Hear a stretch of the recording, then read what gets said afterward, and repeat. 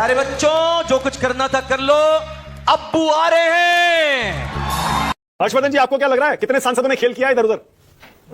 देखिए, ये बिना किसी इफ बट के 30 से 40 लोगों ने अब उसको क्रॉस वोटिंग कही है, और पता नहीं, मैं समझ नहीं पा रहा हूं कि हम आप क्यों क्रॉस वोटिंग कर रहे हैं भाई, जब इस व्यवस्था में क्रॉस वोटिंग जैसा कुछ है ही नहीं।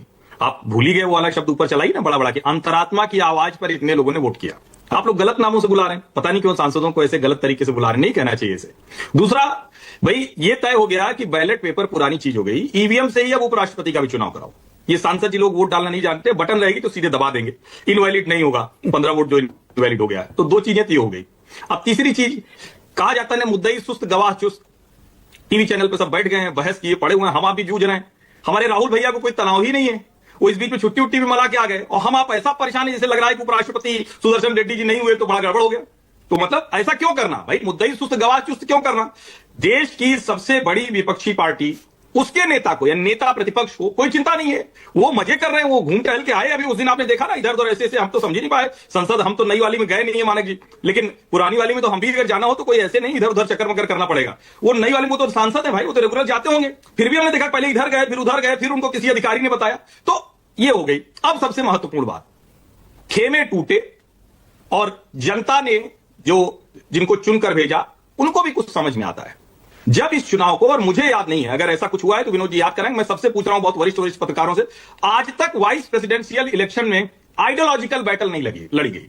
ये माने कि मैं इसको कह रहा हूं, इसको नोट कीजिए। कभी ये नहीं कहा गया कि ये इस विचारधारा का है, ये फलाना संघी है, ये वामपंथी है, ये नक्सली है, ये कभी नहीं हुआ। मेरे ध्यान में स्वतंत्रता के बाद पहला चुनाव है स्वतंत्र भारत में कि उपराष्ट्रपति के चुनाव को भी कह दिया कि भैया ये तो संघी है। पहला बयान कनिमोझी का आया था कि वो तमिल मानने को तैयार नहीं थी राधाकृष्णन जी को, 2 बार के सांसद हैं तमिलनाडु से, और कहा कि ये तो हिंदुत्व वाला तमिल है।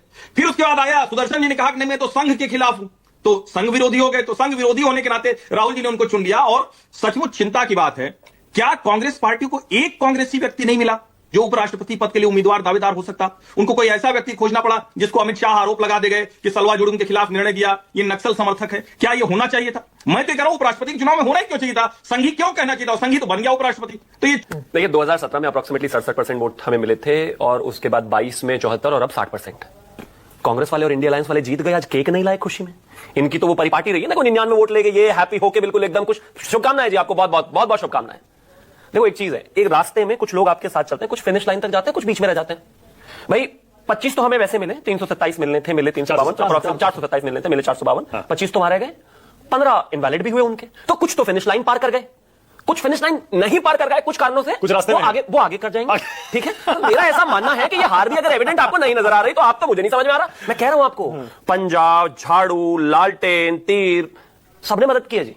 अब देखना नहीं चाहते, बात अलग है, पता सबको सब कुछ है, जानते। एक चीज बताइए, 20-20 साल के पॉलिटिकल करियर्स के साथ साथ जो है कुछ शहजादे अपनी पार्टी में बैठे हुए हैं, कुछ लोगों ने अपनी पार्टी में, उनको नहीं पता कौन से एमपी किधर से किधर गए। खैर, मैं फिर भी कहना चाहता हूं, एक और हार की आपको बहुत बहुत शुभकामनाएं।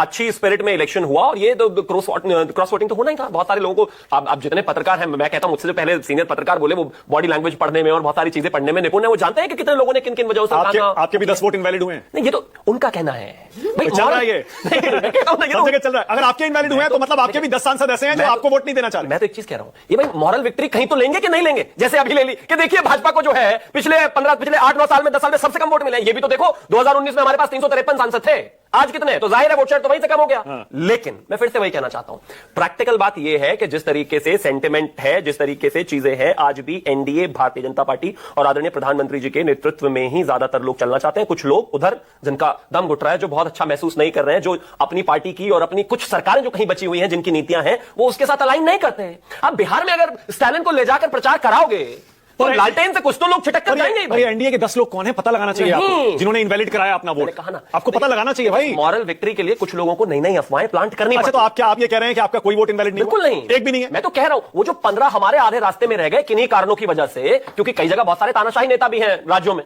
तो उनकी वजह से डर में जो 15 उधर कन्वर्ट नहीं हो पाए, वो भी आने वाले समय में हो जाएंगे। साधना अपनी बात पूरी करिए, साधना बोलिए। देखिए मैं एक चीज कहना चाहता हूं, सबसे पहले तो जहां तक बात चुनाव की है, चुनाव पर हम जा नहीं रहे थे, लेकिन इतना ही कहना चाहता हूं कि जिस तरह की स्थितियां बनाई है आप लोगों ने आपके सामने, लगातार चुनाव दर चुनाव हारने वाले हो, 100 शतक लगाने वाले सचिन तेंदुलकर के बाद दूसरे नंबर पर अगर कोई आएंगे तो राहुल गांधी मिलेंगे आपको चुनाव हारने वालों में। खैर कोई बात नहीं, अब आगे आता हूं। मैं एक और चीज कहना चाहता हूं, जहां तक बात गालियां देने की, बहुत बातें इस पर ऑलरेडी हो चुकी है और ये कह रहे हैं, हम भी कह सकते हैं कि आपने प्रधानमंत्री जी को क्यों चुना। देश ने प्रधानमंत्री जी को इसलिए चुना क्योंकि उनका ट्रैक रिकॉर्ड 100 आउट ऑफ 100% है। देश ने उनको इसलिए चुना क्योंकि इस देश को पता था कि वही एक स्टेबल सरकार दे सकते हैं। देश ने उनको इसलिए चुना कि पड़ोसियों में जहां 16 साल में 17 साल में 14 सरकारें गिर गई, वहां पर एक ही सरकार और एक ही व्यक्ति है जो स्टेबल गवर्नमेंट दे सकते हैं, एक ही पार्टी है जो स्टेबल गवर्नमेंट दे सकती है, उसने दी है। और देश की वो सारी जरूरतें और देश की वो सारी आकांक्षाएं पूरी हो रही है। अब आ गया हूं, गालियों पर मैं इसमें गाली छोड़ दीजिए, वो बहुत डिबेट हो चुकी। मैं ये कह रहा हूं उसमें एक चीज जो है जो अभी तक आई नहीं, बस 10 सेकंड। ये जो गाय बछड़ा और ये सब जो कहानियां हैं, ये तो अभी का तो संस्मरण नहीं है, अभी का तो वो नहीं है। इस देश में देवकांत बरुआ बैठकर कहते थे कि गैया बछड़ा किस लिए हुआ है, कांग्रेस का निशान क्या कोई जानता नहीं। मतलब फिरोज गांधी का भी है, बहुत सारे सांसदों में फिरोज गांधी जी ने भी इंदिरा जी और उनके साथ उनके पुत्र को लेकर छोड़िए। ओके, अब जरा प्रियंका कक्कड़ और आनंद। देखिए वो हमारे देश में अक्सर एक बात कही जाती है कि सिर्फ पुरुष ही नहीं, महिलाएं भी महिलाओं के दुश्मन है। जब सीएम के घर में घुसकर एक राज्यसभा मेंबर को पीट दिया जाएगा तो उसके बाद बीच में मत बोलिए, बीच में चलाई मत, प्लीज चलाई मत, प्लीज। तो जब प्लीज बीच में प्लीज क्या हो गया इनको, तो उनको पीट दोगे तो जाहिर है उसके बाद तो उनको तो डाल दो ना जेल, बीच में नहीं, डाल दो विभा को जेल, विभा जेल में ही रहे, भाजपा नहीं रखिए, कोर्ट रखिए, मेरा समय बर्बाद कीजिए। दूसरा एक और, ये स्पोक्स पर्सन होना वैसे ही बहुत मुश्किल काम है, बट आम आदमी पार्टी का चीफ स्पोक्स पर्सन होना उससे भी महा मुश्किल काम है। कह रहे वो कांग्रेस वालों को आज तक तो जेल डाला नहीं, गांधी खानदान को डाला नहीं। जब 2024 में चुनाव हो रहे थे गांधी खानदान तो तब भी जेल में नहीं था, तब से बुके लेके पहुंच जाते थे राहुल गांधी के घर के सामने, तब नहीं दिखाई दिया। आज गांधी को खानदान को नहीं डाला, उसको नहीं डाला। इतनी कन्वीनियंस की राजनीति इस देश में शायद हिंदुस्तान छोड़िए दुनिया में कोई ना करता। मतलब हर तीसरे दिन राहुल गांधी के घर के सामने बुके लेकर बाहर निकलते, आपने देखा, तीसरे दिन बुके सामने लेकर बाहर निकलते, देश जानता रोज चुनाव सामने लड़ते और रोज गाली देते हुए एक दूसरे को। अब आ गया था, इन्होंने कहा बड़ी इंटरेस्टिंग बात है, जीजा जी पंजाब को लेकर भाजपा मदद नहीं करती। 66 साल के शिवराज सिंह है, देश ने उनकी वीडियोस देखी, पूरा एरियल व्यू, फोटो दी अच्छी फोटो। मनोहर पारिकर जी के नाक में नॉस्ट्रल्स और सारे पाइप्स लगे हुए थे, उसके बाद वो इस देश की सेवा कर रहे थे और गोवा की। इनके मुख्यमंत्री 51 साल के जेल में बैठे हुए वीडियो डाल रहे हैं, शर्म नहीं आती पंजाब को मदद कैसे करनी होती है? और सुनिए, 1,600 करोड़ का पैकेज हॉस्पिटल की बात करो, और आज ही आदरणीय प्रधानमंत्री जी ने 1,600 करोड़ कृपया करके हॉस्पिटल में बैठना बंद करिए, लोगों की विनोद अग्निहोत्री तो शुभकामनाएं मैं दे सकता हूँ। मैं ये कह रहा था भाई, इसमें निकालना कोई बहुत ज्यादा मेहनत का विषय थोड़ी ना है। जब इनको सबसे ज्यादा अपने नेताओं की जरूरत थी, इनके प्राइम नेता जेल में पड़े थे बहुत सारे लोग जो लंदन में दांत ठीक करा रहे थे। अच्छा धनखड़ जी कहाँ है कल? नाम लीजिए, आप कौन था लंदन में दांत ठीक करा रहा? मैं तो मीडिया रिपोर्ट कहीं अभी देख रहा था तो याद आ गई। नाम लीजिए ना। अब इन्होंने कहा विदेश चले जाएंगे, बोलिए प्रियंका भाई, लंदन वाले दांत ठीक कराने वाले नेता। देखिए इनकी कहानियां, इनको मुबारक, इनके सोर्सेज अजीब से हैं, पता नहीं कौन सी सोर्सेज से प्लांट कराते हैं क्या नहीं। मैं आपको बता रही हूँ पुख्ता सोर्सेज से कि 12 भाजपा के सांसद हैं जिन्होंने इंडिया ब्लॉक को भी वोट किया है, और ये जो अमान्य हुए वोट ये भी पक्का, जैसा इन्होंने पहले ही बताया कि इनको वोटिंग नहीं करनी आती एमपी। अच्छा, जो आपके सोर्सेज बता रहे हैं वो 27 ऑपोजिशन के लिए उधर वोट किया है। बिल्कुल। Okay, Harshvardhan Tripathi closing comment. Harshvardhan ji, क्या मैसेजिंग है इस रिजल्ट से? देखिए मानिक भाई, मैं दूसरी मैसेजिंग की बात करूंगा, बस 2 लाइन की बात है। आप आज बहुत खराब काम करने जा रहे थे, मत कीजिए ऐसा। प्रियंका जी या कोई भी प्रवक्ता अगर तर्क से अच्छे से बात कर रहे हैं तो आप ये मत कहिए कि पहले आप बड़ी आक्रामक थी। ये मेरा निवेदन है। टीवी चैनलों की डिबेट का स्तर बहुत गिर गया है।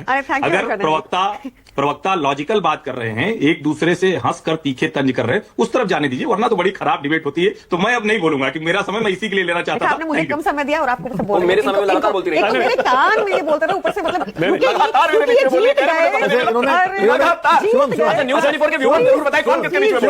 बताए प्लीज। प्रियंका जी ने पूछा धनखड़ जी कहाँ है, धनखड़ जी ने कल ही राधाकृष्णन जी को बधाई दी, ट्वीट करके उन्होंने बधाई दी है, और अच्छी बात है, हमसे बधाई देते हैं। धनखड़ जी ने दिल्ली में बंगला भी मांग लिया है। क्या कह रहे हैं हर्षवर्धन जी, क्या कह रहे हैं?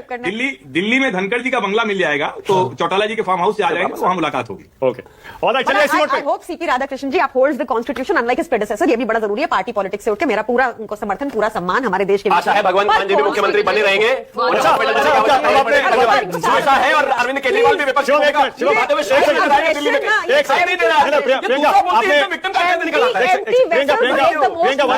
आपने, क्योंकि वो धनखड़ जी का वो निष्पक्षता वाला सवाल उठा दिया, तो जाते जाते मैं बस इतना कह रहा हूं, धनखड़ जी तो राघव चड्ढा को बहुत पसंद करते थे, तो आप समझ लीजिए, बहुत पसंद करते थे। हर्षवर्धन जी ने मेरी तारीफ कर दी, धनखड़ जी ने आखिरी मुलाकात केजरीवाल जी से की थी। अच्छा, हाँ सही कह रहे हैं विनोद जी, धनखड़ जी और केजरीवाल की मुलाकात के बारे में, आखिरी मुलाकात, उस पर भी बड़ी चर्चा है। बताओ उपराष्ट्रपति आखिरी मुलाकात उनकी।